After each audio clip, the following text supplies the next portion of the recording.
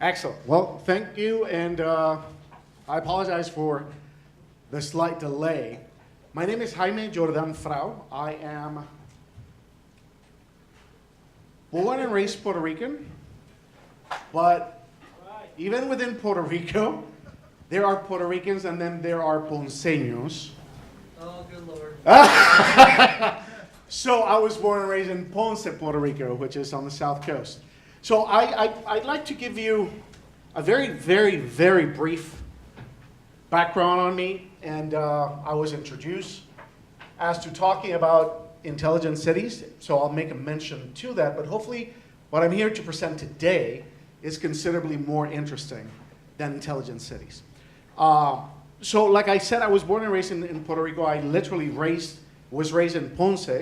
And I went to high school in Ponce. I went to college in Ponce. I didn't leave Ponce until I went for my master's degree. And then when I started my professional career, I went from performing arts to pharmaceutical sales, to pharmaceutical strategy, pharmaceutical executive. Then on my own, started a consulting firm and another business. And then, after living outside of Puerto Rico for close to 20 years, I got a call from the government of Puerto Rico to recruit me to lead one of the economic development arms in government, which is the Puerto Rico Industrial Development Company. And I was tasked with business development in the new and emerging segments. Exactly, no one knew what that meant.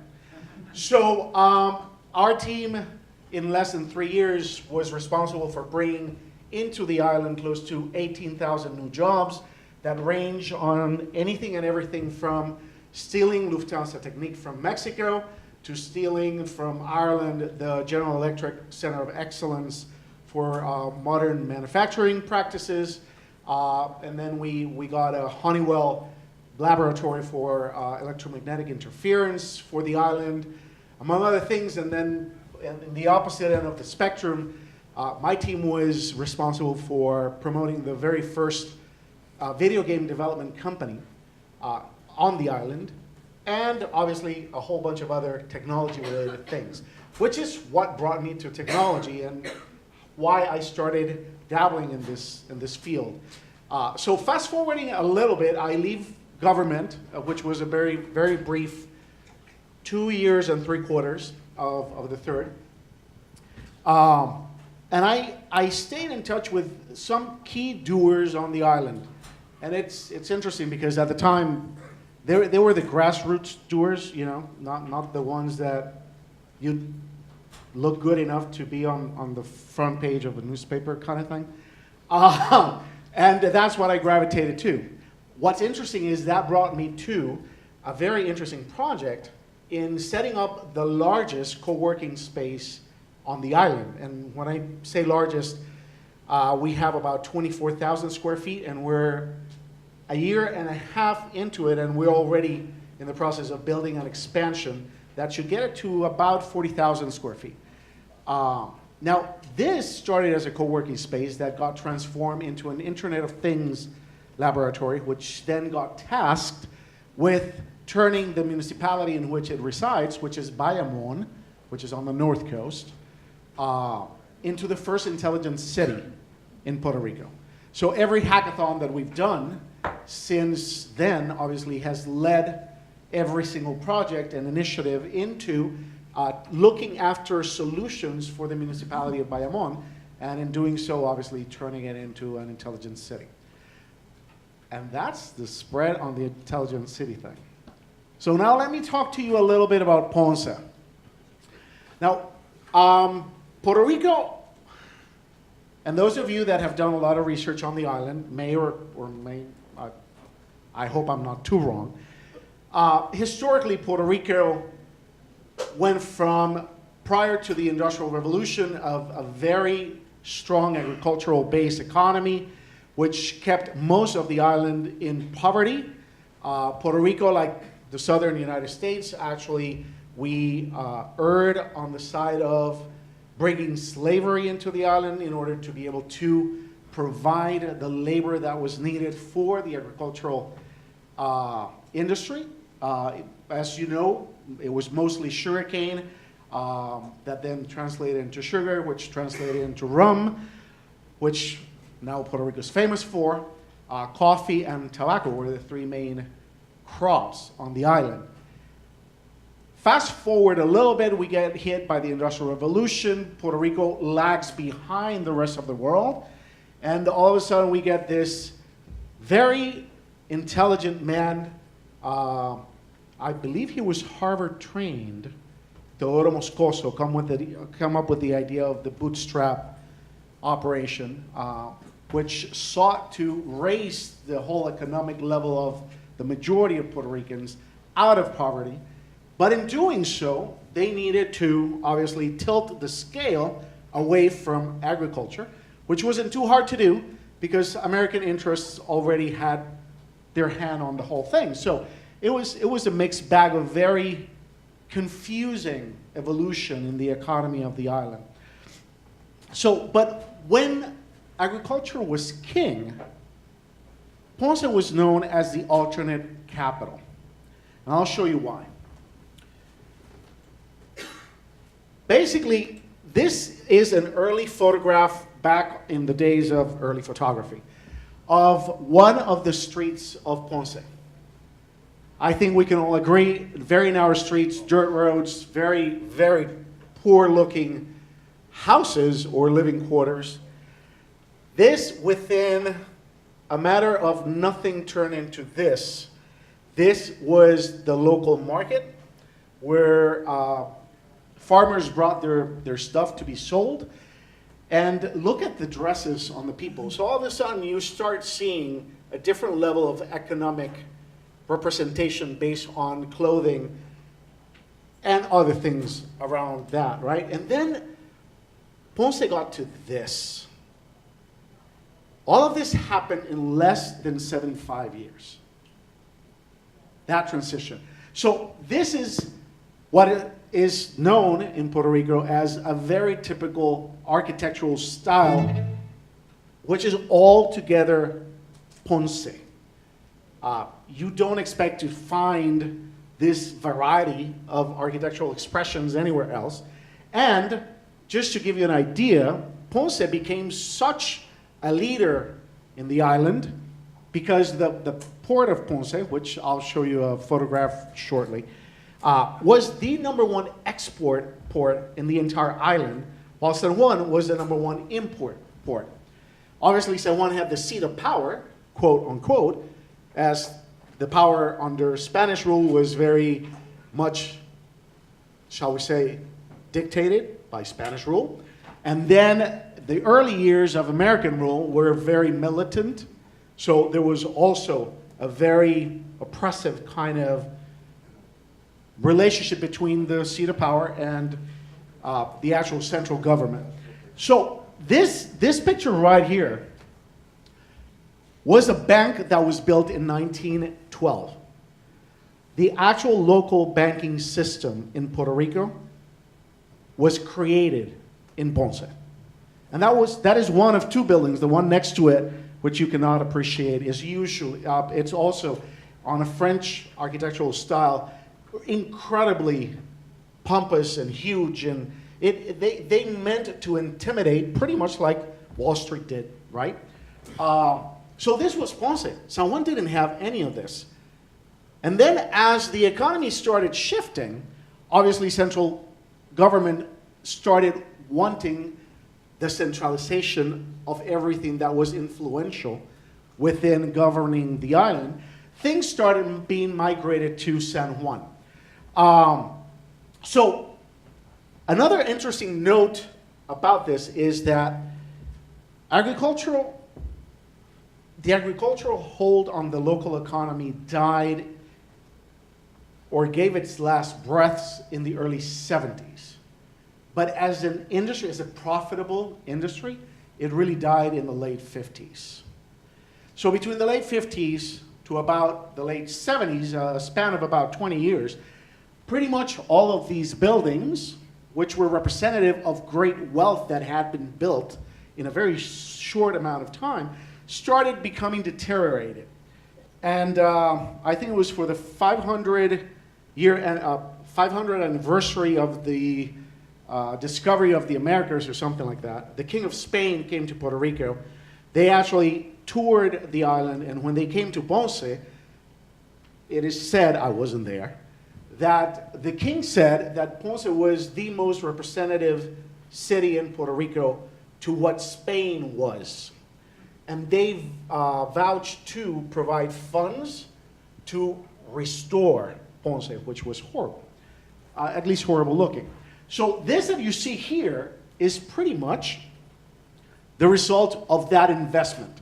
My understanding is that it was about 500 million total, and it was a mixed bag between Spanish funds and American funds.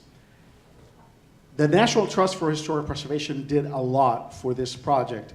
Ponce has 39 properties in the National Registry here in the Department of the Interior. The one on the top, which looks most like a small castle, right? That was the last house built by the Sorreleses. If you're familiar with Puerto Rican families and Puerto Rican rum, this is the family that makes rum Don Q, which is an award-winning rum, and most people in the world know Bacardi like the palm of their hands, but very few have heard of Don Q. Well, Don Q is a much better rum than Bacardi is, or at least the experts say it is. Did you bring some samples? No, I wasn't allowed to. But anyway, so Don Q rum is made in Ponce. And the family is, obviously, most families in Puerto Rico are either, well, most families that built wealth and built businesses at this stage were either from Barcelona, Mallorca, Corsica. They were obviously immigrants that came to the island. At some point, the doors were open, and we got a flood of influx of immigrants. So anyway, that was Ponce. So this project ended in the late 80s, I think it was, and it was called Ponce en Marcha. It was an interesting project. It was government-led, and it was government-funded, just not the local government. And look what happened in less than 28 years. This is the state of Ponce today. The ruins, the neglect, it's honestly almost unforgivable. So this actually brings us to this. Not only was already the situation on the island, as everybody here has said, been suffering for over a decade of an economic decline that has forced priorities, like it or not, to focus God knows where. Then on September 20th, we get hit by the big one. And you had seen this image as well in Denise's presentation, but you see the eye coming in from the southeast coast of the island. And it traveled through pretty much most of the island. And these are photographs of Ponce right after. So this is one of the piers at the port of Ponce. It was not like that before the hurricane. And this is my father. And I captured that image right before he fell to his knees in this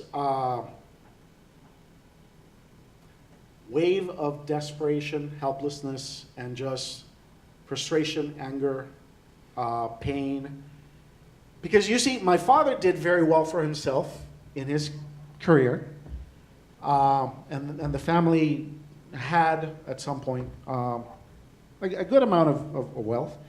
Unfortunately, like pretty much every single Puerto Rican, they got hit with the whole issue of the bonds and the debt and the recession and all of it. So they pretty much lost all of their investments, the great majority of their savings, and pretty much they live almost paycheck to paycheck out of a reverse mortgage of a couple of properties and whatever's left.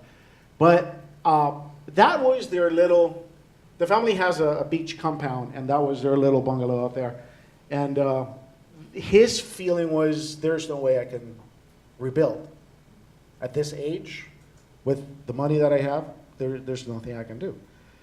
So this was their getaway, and they lost it, and there was nothing that they could do to actually get it back.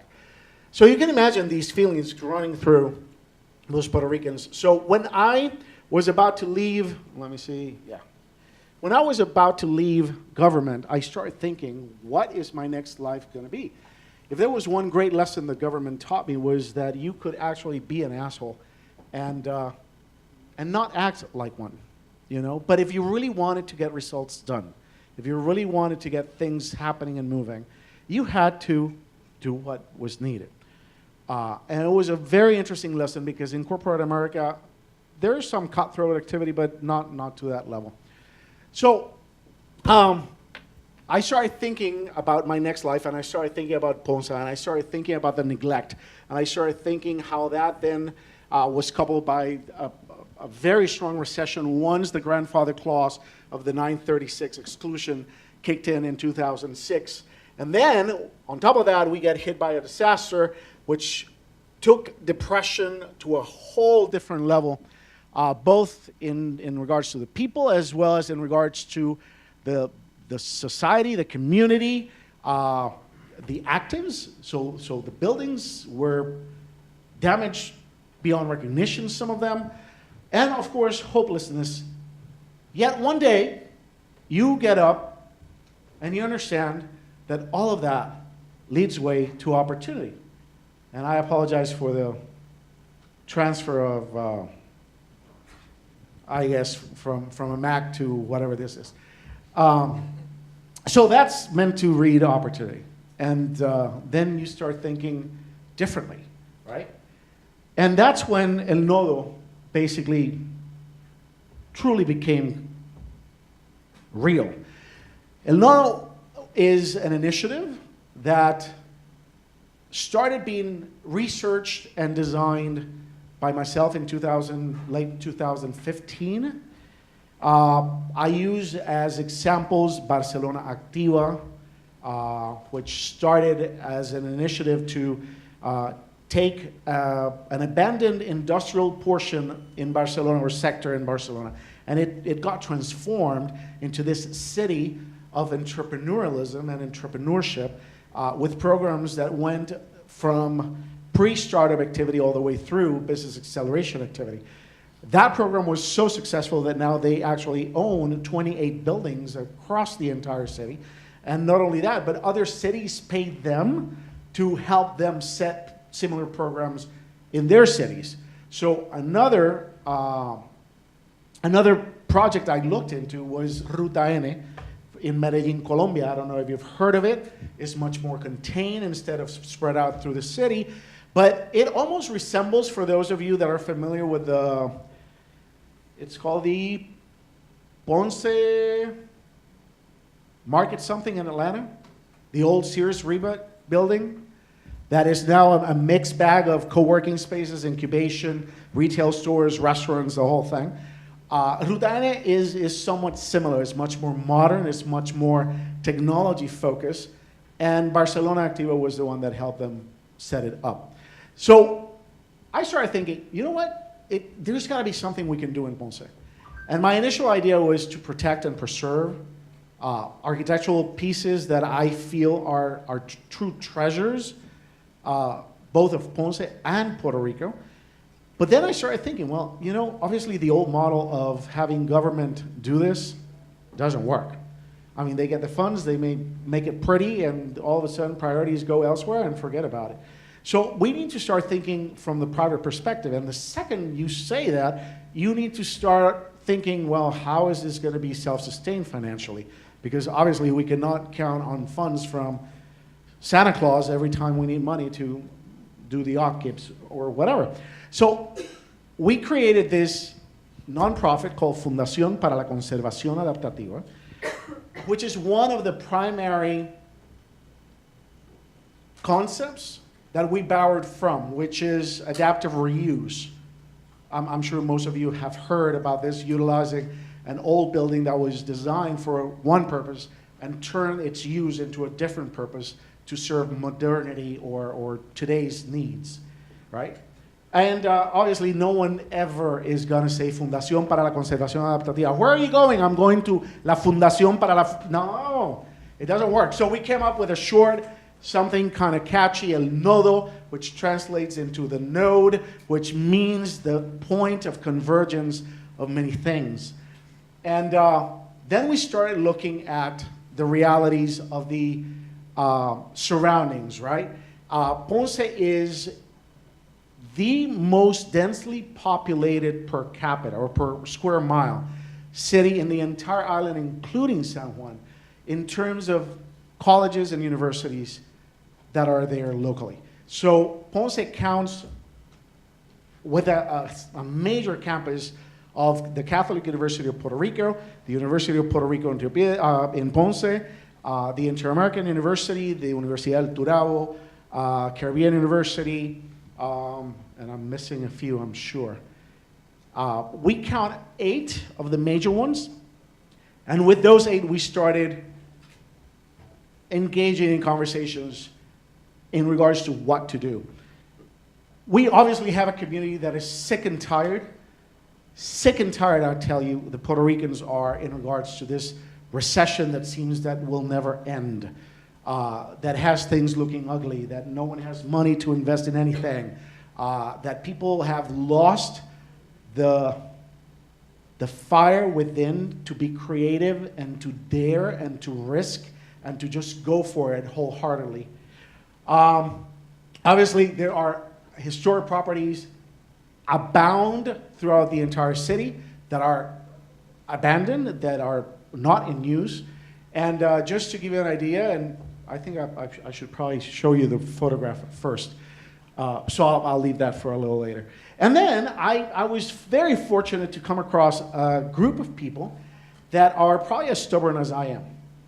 So in putting together a group of doers that we can conclude that we have organized a leadership team to move ideas forward is, I think, an understatement.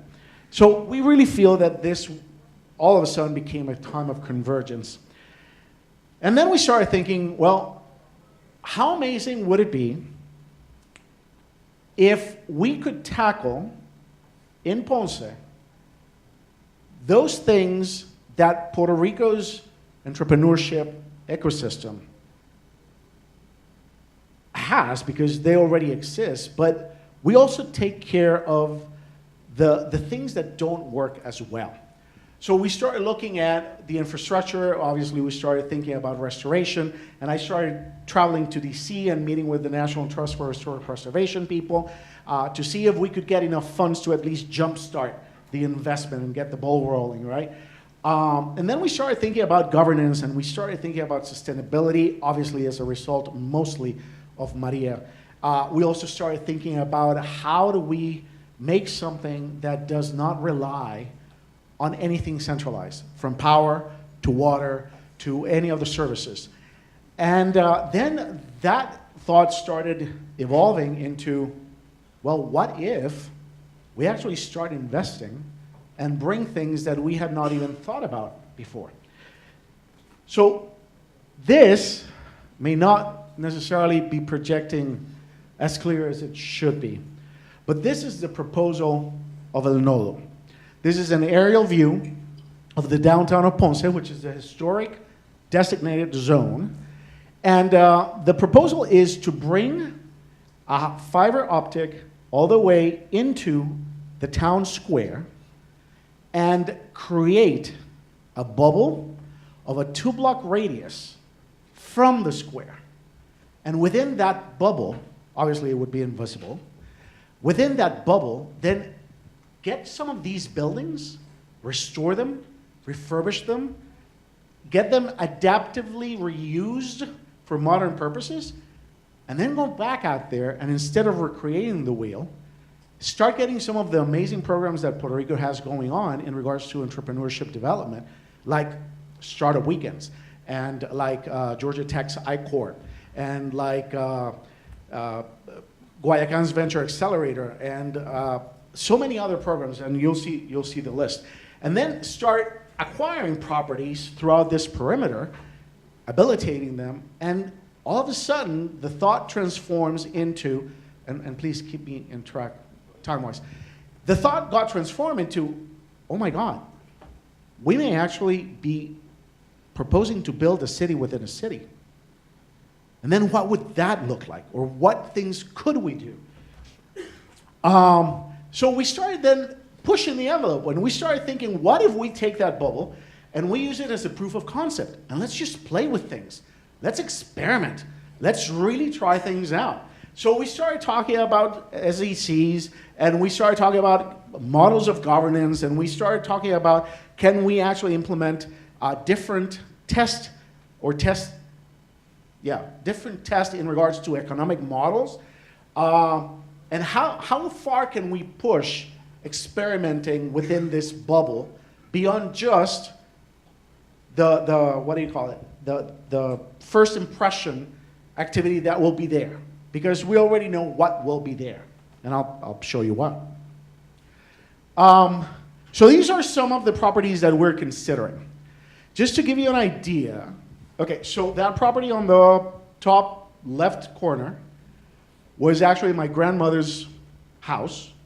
It was her wedding gift from her father's, or her parents. I donated that property into the project. And I'll talk a little bit about why the donation and how this is going to work. This property right here, the top right hand, it belongs to the local Chamber of Commerce, and they are evaluating right now the request to have the property donated as well into the project, in exchange for a portion of the property being used as the office of the Chamber of Commerce. This property right here is 10,000 square feet, thank you. It literally runs from one street throughout the entire block all the way to the back to the other street. The bottom floor has very few columns throughout, so it's pretty much open space. And the top floor can either be converted into apartments or just a dedicated office spaces within a co-working space. 10,000 square feet. In its heyday, they tried to sell it, and obviously it didn't, for $750,000. When I did the walkthrough about 2 months ago, the guy opens the door and he says, I'm asking 325. And then he proceeded to say like 25 times, and I'm willing to consider offers. So we're thinking that we can get this property for about 250. I took an architect with me to these properties. On average, they should not take more than between 600,000 and $1 million to restore and get them to where we need them to be. And obviously, as you can see, we've already have ideas of what can happen within each space. So we're thinking about co-working spaces. We're thinking about one, which I think it's the middle left one, which is a mix of co-living upstairs and then either co-working and or auditorium facility, because part of the project proposes a speaker series ongoing, bringing people from all walks of life. I should also say that, no, I'll leave that for the end. So as you can see, the properties obviously need a lot of TLC. Some of them are for sale, some of them are just abandoned. This is the business model that we're proposing. So having two arms, one that will look after the properties administration, it will look after making sure that the programs are effective, that there are metrics, that we follow the evolution of startups that go through the program, and we expect and obviously hold accountable for lack of progress throughout the system, et cetera, and obviously that ultimately the success of the project. The vision is to be able to create the only and best city dedicated to the development of new businesses for Puerto Rico and the Caribbean Basin. Then the other side is an endowment that will house the properties and obviously enough funds to make sure that the well-being of the properties is looked after in perpetuity. The Then all of a sudden, as the program evolved, we created a board of directors. And we got people, VP of Commercial Banking for Santander, which is arguably one of the largest banks internationally. Obviously a Spanish bank with big presence still in Puerto Rico. Conservation architect, which is Paulette. An IP attorney, which is Patricia. Francisco Lavoy, he's the Chief Strategy Officer for GMU, but he also does a lot of work in regards to international business. And he is doing a lot of work with Tesla and alternate energy sources in the island. Gustavo Diaz is a recent Babson grad. He has hacker houses. He's actually the guy that got me here. He introduced me to Joe, at least virtually, and he's an amazing doer, and he's doing amazing things. Alejandro, the next to last guy, his background is urban affairs and public administration. It's his passion. And then Roberto, down below, he single-handedly created Ponce Young Entrepreneurs Initiative when there was absolutely nothing happening in Ponce. And he has, I'm sorry? 2 minutes, thank you. Yes, almost done. So this is the board of directors, and we are together pushing this entire project forward. So some of the things that we've done, this is the expected impact. I won't bore you with the numbers, but it's promising. What's best is the alliances that we have aligned, alliances that we have created. Down here, VIN Communications are the ones that are going to be bringing the fiber optic to Ponce and creating the grid to connect the telecommunications throughout the bubble. Up above, you see Centro para Emprendedores, Grupo Guayacán, and this little bird-like thing is Inversión Cultural. They are 3 of the major entrepreneurship development programs. Down below, you see a triangle-like that says IoT. That's our co-working space in Bayamón. The idea is to use Bayamón as an incubator of new projects and then have an accelerator for those projects in Ponce. National Trust is in there because we've kept them abreast of the progress of the project, and they're very much interested and excited about it.